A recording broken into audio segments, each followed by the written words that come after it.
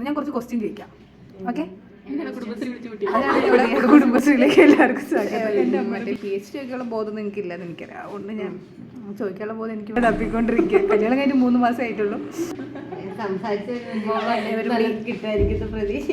ഇനി ശരിക്കും നമ്മൾ ഉദ്ദേശിക്കുന്നത് ഞാൻ കുറച്ച് ക്വസ്റ്റ്യൻ ചോദിക്കാം, ഓക്കെ?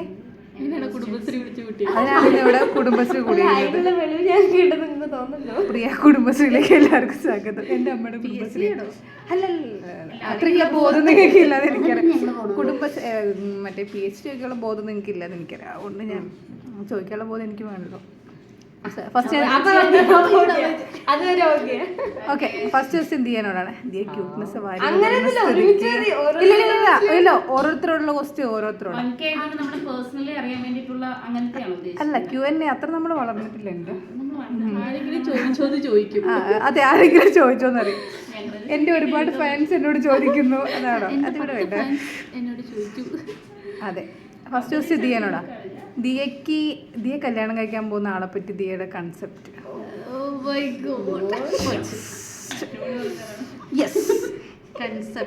Concept yes. ഇനിയും ഒരു 5 എണ്ണം പറയണേ.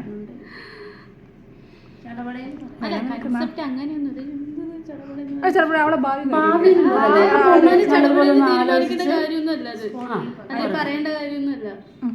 നീ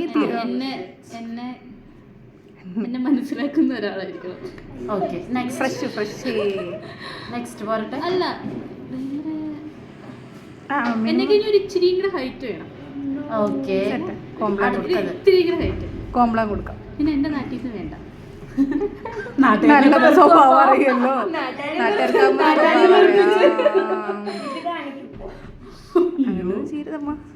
എന്റെ നാട്ടിൽ നിന്ന് വേണ്ട. പിന്നെ എന്നെ കഴിഞ്ഞ ഒരു ഇച്ചിരി കൂടെ പൊക്കം വേണം. മനസ്സിലാക്കുന്ന ആളായിരിക്കണം. പിന്നെ ജോലിക്ക് പോകണം. എന്തായാലും ജോലിക്ക് പോകണം.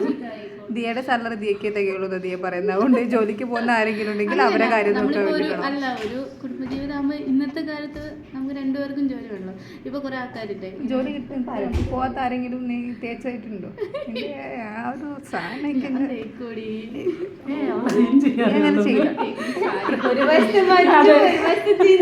ദിയക്കെല്ലാം ട്രൂ ലബ്, അതുകൊണ്ട് ദിയ തേക്കില്ല. ഗൈസ്, നെക്സ്റ്റ് കഴിഞ്ഞോ? ഇല്ല, ഞാൻ സത്യസന്ധമായിട്ട് പറഞ്ഞു, ദിയ തേക്കില്ല. അപ്പോ പിന്നെ അങ്ങനെ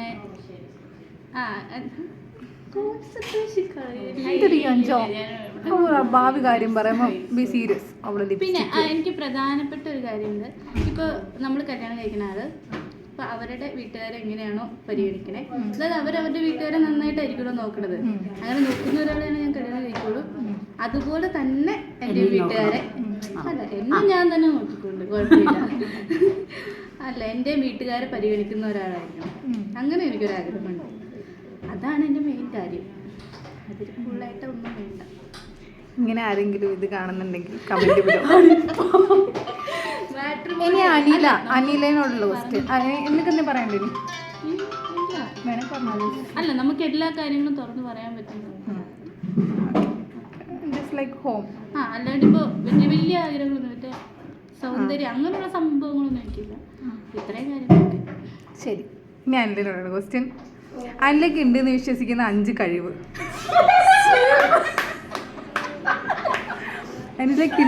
അനില സ്വയം വിശ്വസിക്കുന്ന 5 കഴിവ് അറിയാം. ആ ബാക്കിയുള്ള ഈ കുടുംബശ്രീ പാസ്സാക്കുമ്പോ കേട്ടോ അവള് മാത്രം അല്ല, അവള് വിശ്വസിക്കുന്നില്ല, ബാക്കി ഞങ്ങൾ പറയാം. 5 കഴിവ്. ക്യൂട്ട്നെസ് വാരി എറിയാൻ അതുകളുടെ ഒരാളെ ഡോക്ടർക്ക് അയച്ചു കൊടുത്ത്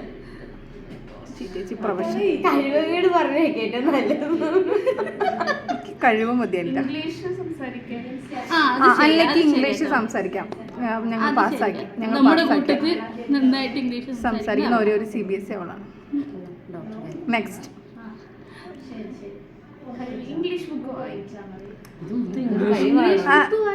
ഇംഗ്ലീഷ് കഴിഞ്ഞ് അവള് വായിക്കും. അങ്ങനല്ല, ഒരു നിന്റെ ഹോബി അല്ലല്ലോ. ഹോബി വേറെ, കഴിവ് വേറെ അല്ലേ? അത് മനസ്സിലാക്കാനുള്ള കഴിവൊക്കെ ഇല്ല. Not the point. ഇതേ സമയം എടുക്കാൻ പറ്റില്ല, പെട്ടെന്ന് വിടുന്ന പറയണം, എല്ലാം പെട്ടെന്ന് വിടുന്ന പറ. ഒന്നേ ആയിട്ടുള്ള ഇല്ല, 4 മിനിമം 5 നീ പറഞ്ഞിട്ട് പോയാൽ മതി കേട്ടോ. ദിയക്ക് ഹെൽപ്പ് ചെയ്യണേ ഹെൽപ്പ് ചെയ്യാം. ആൻറ്റിയുടെ കഴിവിൽ നിനക്ക് അത്രയും ഇഷ്ടം തോന്നി എന്തെങ്കിലും ഉണ്ടെങ്കിൽ പറയാം. അപ്പൊ അവൾക്ക് പെട്ടെന്ന് ഓർത്തെടുക്കാൻ പറ്റില്ലല്ലോ. ഞാൻ പറ, പാട്ട് പാടും 2 വരി. ഇന്ന് രാവിലെ കൂടെ ഞാൻ കേട്ടുള്ളൂ.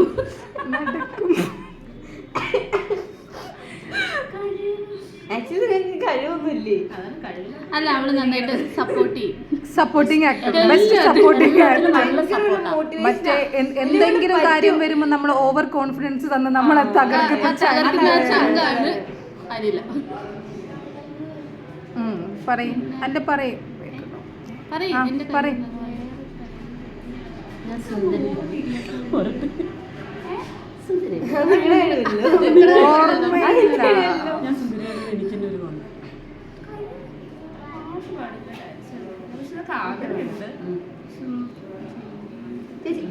അതൊരു കഴിവായിട്ട് പറയണോ?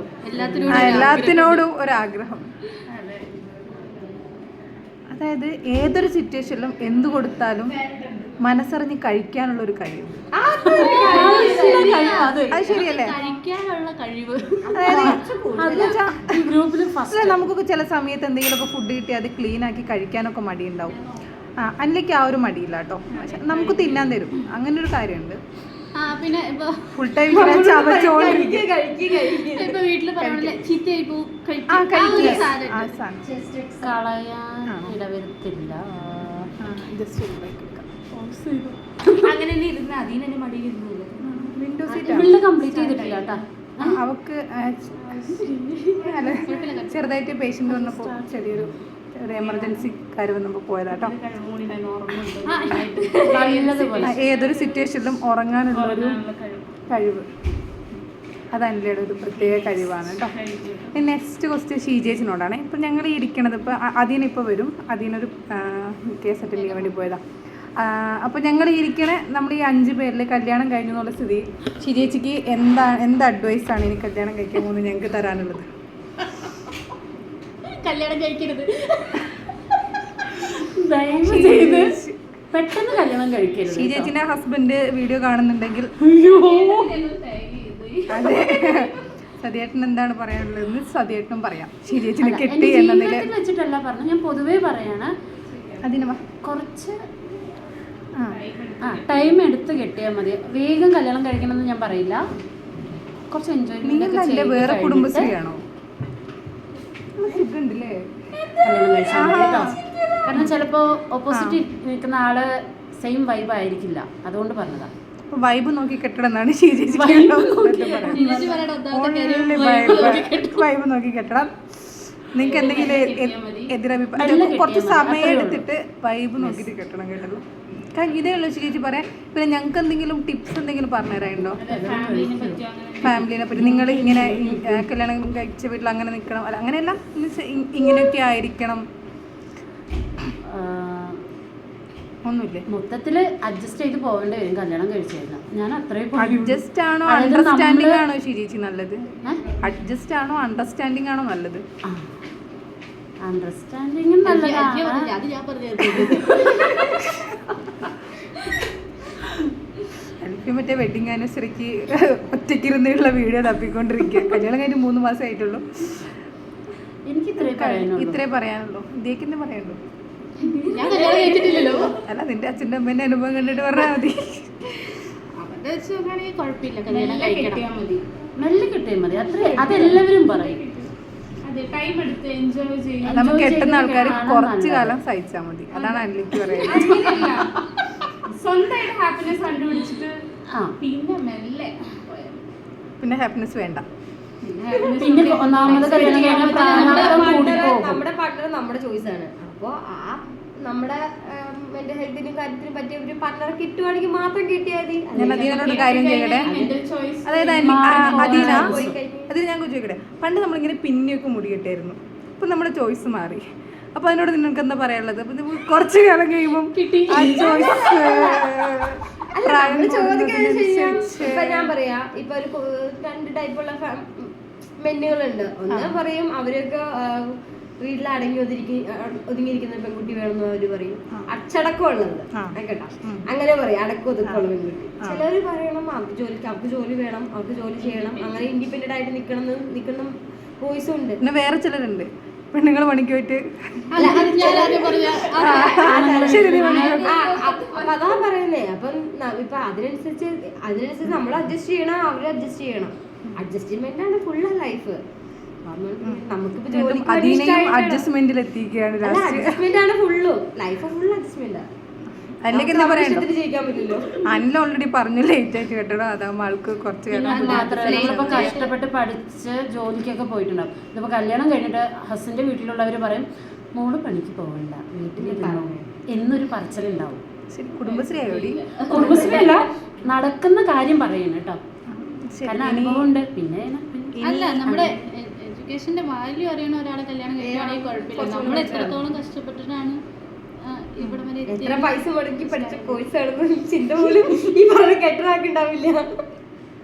നീ മറ്റേ വെഡിങ്ങിന്റെ മറ്റേ ഇത് നമ്മൾ ഫ്രെയിം ചെയ്യില്ലേ, അതിന്റെ കൂടെ മറ്റേ ഫീസിന്റെ റെസിപ്റ്റും കൂടെ ചെയ്ത് വെച്ചാ ഇടയ്ക്കിടയ്ക്ക് വാല്യൂ. ഇനി അദീനയുടെ ക്വസ്റ്റ്യൻ ആട്ടോ. അദീനയുടെ ക്വസ്റ്റ്യൻ, അദീനയ്ക്ക് ഇനി ഭാവി ലൈഫ് എങ്ങനെയാണെന്ന് ആഗ്രഹം? അതായത് ഇപ്പൊ നിന്റെ പാർട്ട്ണർ അല്ല, മൊത്തത്തിലുള്ള നിന്റെ ലൈഫ് എക്സ്പെക്ടേഷൻ എന്തായിരുന്നു? കണ്ട, അവർക്ക് ആ കഴിവുണ്ട്, മനസ്സിലായോ? നിങ്ങൾക്കുണ്ടോ? എനിക്ക് തോന്നിയത് എന്റെ ഫ്യൂച്ചർ ആയിട്ട് ചോദിക്കാണ്. പറയൂ. എനിക്കിപ്പോ എന്താ എന്ന് ചോദിച്ചു കഴിഞ്ഞാൽ ഫാമിലിനെ ഒന്ന് സെറ്റ് ചെയ്യണം. അതായത് അത്യാവശ്യം ഒരു കുഴപ്പമില്ലാത്തൊരു സാലറി അതൊക്കെ ആയിട്ട് ഫാമിലിനെ ഒന്ന് സെറ്റ് ചെയ്യണം. പിന്നെ അതുപോലെ തന്നെ ജസ്റ്റ് അത്യാവശ്യം എക്സ്പീരിയൻസും കാര്യങ്ങളൊക്കെ ഉണ്ടാക്കി നല്ലൊരു ബെറ്റർ ജോബിലേക്ക് എത്തിയിട്ട് വേറെ ഏതെങ്കിലും നാട്ടിലേക്ക് പോയി രക്ഷപ്പെടുക. പിന്നെ ഇങ്ങോട്ട് ജന്മത്തിൽ ഇങ്ങോട്ട് വരരുത്. അല്ല, അപ്പൊ നീ പറയണത് ഈ നാട് കൊള്ളൂറ്റാണോ? നാട് കൊള്ളൂലെന്നല്ല, അങ്ങനെയല്ല. ഇവിടെ ആൾക്കാർക്ക് ഓൾറെഡി അവിടെ അറിയാം. നാടല്ല ഞാൻ ശരിയല്ല.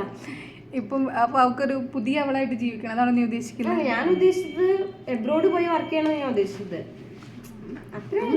പക്ഷെ എന്തൊക്കെ പറഞ്ഞാലും നമ്മുടെ നാട് ആ ഒരു സെറ്റപ്പ് അവിടെ അത് കിട്ടില്ല. അല്ല, എനിക്ക് എങ്ങനെയാ, എനിക്ക് പുറത്തു പോകണം, പൈസ ഉണ്ടാക്കാനായിട്ട് നാട്ടിൽ വന്നിട്ട് ഇവിടെ കുറച്ച് ആൾക്കാരുണ്ടല്ലോ, അവരുടെയൊക്കെ മുമ്പിൽ സെറ്റ് ആയിട്ട് ജീവിക്കണം. അത് പറയുന്നില്ല, അങ്ങനെ അങ്ങനെയൊക്കെയാണ്.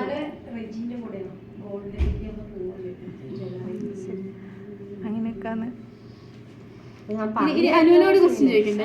എന്നോട് നിർബന്ധമാണോ? ലാസ്റ്റ് പോയി കട്ട് ചെയ്യണം. ഞാൻ ഇത്രയും സ്പോട്ടായിട്ട് നിങ്ങളോട് ക്വസ്റ്റ്യൻ ചോദിച്ചത്. പിന്നെ പാസ്പോർട്ട് തുടങ്ങിയതല്ലേ? ഞാൻ ചെറുതായിട്ട് ഒരാൾ വീഡിയോ ജസ്റ്റ് ഇതുപോലെയല്ല, ജസ്റ്റ് ഒരു സ്റ്റാർട്ടിങ് ഉണ്ടായിരുന്നു. അപ്പോൾ അതിൻ്റെ അകത്തുനിന്നും നമ്മൾ എന്താണ് ഇവർക്ക് എന്താ പറയാനുള്ളതെന്ന് അറിയാൻ വേണ്ടിയിട്ട് ചോദിക്കാം. 4 ആൾ 4 ക്വസ്റ്റ്യൻ ചോദിക്കണ്ട കേട്ടോ. അതങ്ങനെയാ, 4 പേർക്ക് 4 ക്വസ്റ്റ്യൻസ് ആയിരിക്കില്ല, മനസ്സിലേ? ശരി, അതിനെ ചോദിക്കാം. അതിനോട് മനസ്സിലുള്ള ഞാൻ ചോദിക്കാം. ഇപ്പൊ അനുവിന്റെ പണ്ടത്തെ അനു ഇപ്പൊ നമ്മളിപ്പോ ഇപ്പൊ ഒരു ചാറ്റ്ജിപിടിയുടെ ഒരു സ്റ്റൈൽ വന്നില്ല, നമ്മുടെ പണ്ടത്തെ ഞാനും ഇപ്പത്തെ നീയും പണ്ടത്തെ ഞാനും. അപ്പൊ ഇപ്പത്തെ നിനക്ക് പണ്ടത്തെ നിന്നോട് എന്താ പറയാനുള്ളേ? ഇതേ രീതിയിൽ വളർന്നാ മതിയോ? ഇപ്പൊ മറ്റേ ഇതേ രീതിയിൽ വളർന്നാ മതിയോ? അല്ല ലൈഫ് എങ്ങനെ പോകുന്നു മെയിൻ ആയിട്ട്? അതായത് 5ാം ക്ലാസ്സിലുള്ള നീ ഡെവലപ്പ് ചെയ്തുകൊണ്ടിരിക്കുകയാണ് നിന്റെ ലൈഫിലോട്ട്, ഈ ലൈഫിലോട്ട്. അപ്പൊ നിനക്ക് എന്താ പറയാനുള്ളത്? ഇനി എന്തെങ്കിലും ആ സമയത്ത് നിന്ന് മാറ്റാനുണ്ടായിരുന്നോ? അങ്ങനെയാണെങ്കിൽ നിന്റെ ലൈഫ് ഇച്ചിരി കൂടി ബെറ്റർ ആയിരിക്കും ആ പഴയ അനുവിനോട് നിനക്ക് പറയാനുണ്ടോന്ന്? പണ്ട് അതായത് നമ്മളെ ഒരു ലൈഫ് സ്റ്റൈലിൽ എന്തെങ്കിലും ചേഞ്ച് വന്നാൽ കുറച്ചുകൂടെ ബെറ്റർ ആവും, അങ്ങനെയാണോ? അല്ലടി, ഇപ്പൊ നീ ഇപ്പൊ ഡോക്ടർ ആണെന്നായിരിക്കും വിചാരിച്ചേക്കുന്നത്, എക്സാമ്പിൾ. പക്ഷെ ഇന്നത്തെ നീ ആവുമ്പോൾ നീ ഒരു റേഡിയോഗ്രാഫർ അല്ലേ. അപ്പൊ അന്നത്തെ നീ നിന്ന് ഇന്നത്തെ നീയിലേക്ക് വരുമ്പോ ഉണ്ടാവുന്ന ആ ഒരു ഇതല്ലേ ചോദിക്കുന്നത്. അതുകൊണ്ടാ ഒരു പഴയ നീ അതുകൊണ്ടാ നിന്റെ ബെറ്റർ വേർഷൻ ആയിരിക്കണം എന്ന് പറയണമെങ്കിൽ നിനക്ക് വല്ല സജഷൻ കൊടുക്കാനുണ്ടോ?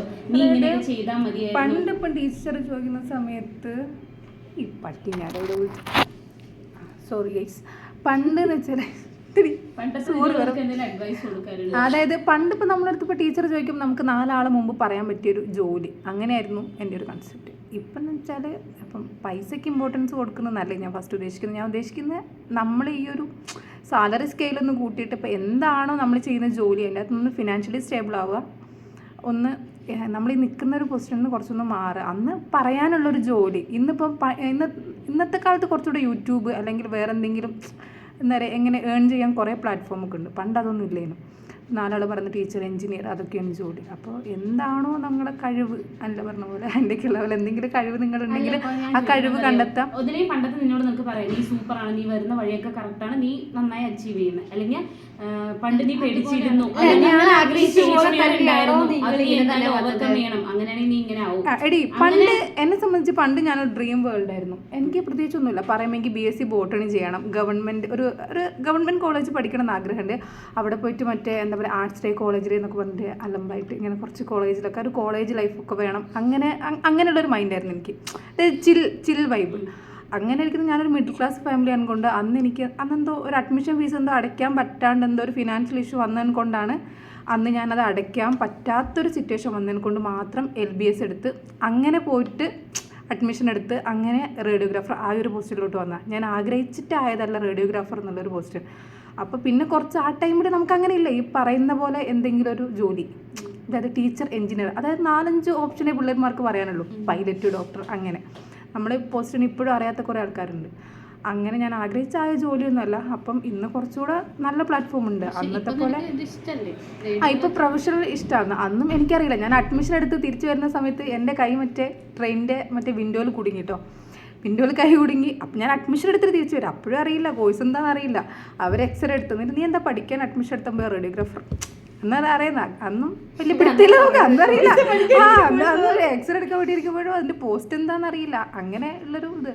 അപ്പോൾ അന്നത്തെ എന്നോട് എന്ന് വെച്ചാൽ 4 ആൾ പറയുന്ന പോലത്തെ ജോലിയല്ല, കുറച്ചുകൂടെ ചാൻസ് തന്നെ ഉണ്ട്. ഇനി കൂടുതൽ അതിനെപ്പറ്റി കുറച്ചുകൂടെ ഏത് രീതിയിൽ പോയാൽ ഇനിയുള്ള കാലത്ത് ഇനിയിപ്പോൾ ഈ പറയുന്ന പോലെ AI ChatGPT കാലത്തൊക്കെ ഏത് രീതിയിൽ പോയാൽ നല്ല രീതിയിൽ അച്ചീവ് ചെയ്യാൻ പറ്റും, നല്ല ലൈഫ് സെറ്റാക്കാൻ പറ്റും, അങ്ങനെ നോക്കുക. പണ്ടത്തെ പോലെ അപ്പുറത്തിപ്പുറത്തുള്ളവർ പറയുന്ന പോലെ ടീച്ചർ ആവണം, മാഷാവണം, എഞ്ചിനീയർ ആവണം, അതിലുള്ള കാര്യം ഒരുപാട് ചോയ്സസ് ഉണ്ട്, ഒരുപാട് ഓപ്ഷൻസ് ഉണ്ട്. നല്ല രീതിയിൽ എടുക്കുക. അങ്ങനെ അതാണ് പണ്ടത്തെ. കഴിഞ്ഞില്ലേ? ഇനി വേറെ ആർക്കും എന്നോടൊന്നും ചോദിക്കാമല്ലോ. കഴിഞ്ഞില്ലേ? കമന്റിലൂടെ പറഞ്ഞതിൽ എന്തെങ്കിലും ഇപ്പം ഞങ്ങൾക്ക് ഇപ്പം എന്തെങ്കിലും സജഷൻ, ഇപ്പം ഞങ്ങളുടേതായ കുറച്ച് കാര്യങ്ങൾ പറയുന്നുണ്ട്. ഇപ്പം എന്താ പറയുക, നമ്മുടെ ജോലിനെ പറ്റിയാണെങ്കിലും കല്യാണത്തെ പറ്റിയാണെങ്കിലും അങ്ങനെ ഞങ്ങളുടേതായ കുറേ കൺസെപ്റ്റ് കാര്യങ്ങൾ പറഞ്ഞിട്ടുണ്ട്. പിന്നെ ഒരു വീഡിയോയിൽ ഒരാളെ കാര്യങ്ങൾ പറയുന്നതിൽ ലിമിറ്റേഷൻസ് ഉണ്ട്. ഇപ്പോൾ ചേച്ചിക്ക് കുറേ കാര്യങ്ങളൊക്കെ പറയാനുണ്ട്. പിന്നെ ഇപ്പം ഇങ്ങനെ വന്നിട്ട് അവിടെയൊക്കെ ഹസ്ബൻഡിൻ്റെ വീട്ടിലേക്ക് പിന്നെ നിങ്ങളറിയാത്ത കുറേ കഴിവുകൾ എന്തൊക്കെ ഉണ്ട്, അതൊന്നും വീഡിയോയിൽ പറയാൻ പറ്റാത്ത കുറേ കഴിവുകൾ, അങ്ങനത്തെ കുറേ കാര്യങ്ങളൊക്കെ ഉണ്ട്. അപ്പോൾ അങ്ങനത്തെയൊക്കെ നമുക്ക് വീഡിയോയിൽ പറയാൻ പരിധി എന്നല്ല, ഒരു എന്താ പറയുക, ഒരു വീഡിയോയിൽ വന്ന് പ്രസൻറ്റ് ചെയ്യുന്ന കുറേ ലിമിറ്റേഷൻസ് ഉണ്ടല്ലോ. അങ്ങനെ പിന്നെ പ്ലാൻഡ് അല്ല, പെട്ടെന്ന് വന്ന് ശരി ഒരു ക്വസ്റ്റ്യൻ ചോദിക്കാം എന്നുള്ള രീതിയിൽ അങ്ങനെ. അപ്പം ജസ്റ്റ് ഞങ്ങൾ കൂടുതൽ എന്താ മറ്റേ ഇൻസ്റ്റഗ്രാമും ഇങ്ങടേക്ക് കോപ്പി പേസ്റ്റ് ചെയ്യാനാണ് ശ്രമിക്കാറ്. എന്താ വീഡിയോ റീല് പോലെ ചെയ്ത് അങ്ങനെ പോവുക. ലോങ് വീഡിയോസ് ഒക്കെ കുറവാണ്. പിന്നെ പുറത്ത് പോയി വീഡിയോസ് എടുക്കാൻ ഒരുപാട് ലിമിറ്റേഷൻസ് ഉണ്ട്. നമ്മളിപ്പോൾ എന്താ പറയുക, ഡ്യൂട്ടി ടൈം പ്ലേസ് എല്ലാം സെറ്റ് ചെയ്തിട്ട് ഒരു കണ്ടന്റ് വെച്ചിട്ടൊരു കണ്ടന്റ് മേ ബി നമുക്ക് എങ്ങനെയെങ്കിലും ഇപ്പോഴത്തെ ഇതിലൊക്കെ നോക്കിയിട്ട് ചെയ്യാം. പക്ഷെ അത് പുറത്ത് പോയി ചെയ്യുന്നതിന് ഒരുപാട് ലിമിറ്റേഷൻസ് ഉണ്ട്. അപ്പം ഒരു ലോങ് വീഡിയോ ആയിട്ട് എന്തെങ്കിലുമൊക്കെ സംസാരിച്ചിരിക്കുക എന്നുള്ളൊരു മൈൻഡിൽ വന്നിട്ട് അങ്ങനെ ചെയ്തതാണ്. നിങ്ങൾ എന്ത് ടൈപ്പ് ഓഫ് വീഡിയോ ഇനി ഇഷ്ടപ്പെടുന്നതെങ്കിൽ ജസ്റ്റ് ഒന്ന് പറയുക. ഞങ്ങളെ കൊണ്ട് പറ്റാവുന്ന രീതിയിൽ സൺഡേ മാത്രമേ ഞങ്ങൾ ഫ്രീ ഉണ്ടാവുള്ളൂ. ആ ടൈമിൽ മാക്സിമം വന്നിട്ട് വീഡിയോസ് എന്തെങ്കിലും ചെയ്യാൻ പറ്റുമോ നോക്കാം. പിന്നെ കൂടെയുള്ള ആൾക്കാരൊക്കെ ഇൻവോൾവ് ചെയ്യിക്കണമെന്നുണ്ട്. പക്ഷേ ഇപ്പം തൽക്കാലം ഇത്ര ആൾക്കാരേ ഉള്ളൂ. പറ്റണ വീഡിയോസിലൊക്കെ മാക്സിമം എല്ലാവരും വരാൻ നോക്കാം. അപ്പോൾ എല്ലാവരും സബ്സ്ക്രൈബ് ചെയ്യുക. എന്തെങ്കിലും സജഷൻസ് ഉണ്ടെങ്കിൽ പറയാം. Okay, thank you. കുടുംബശ്രീ പിടിച്ചു.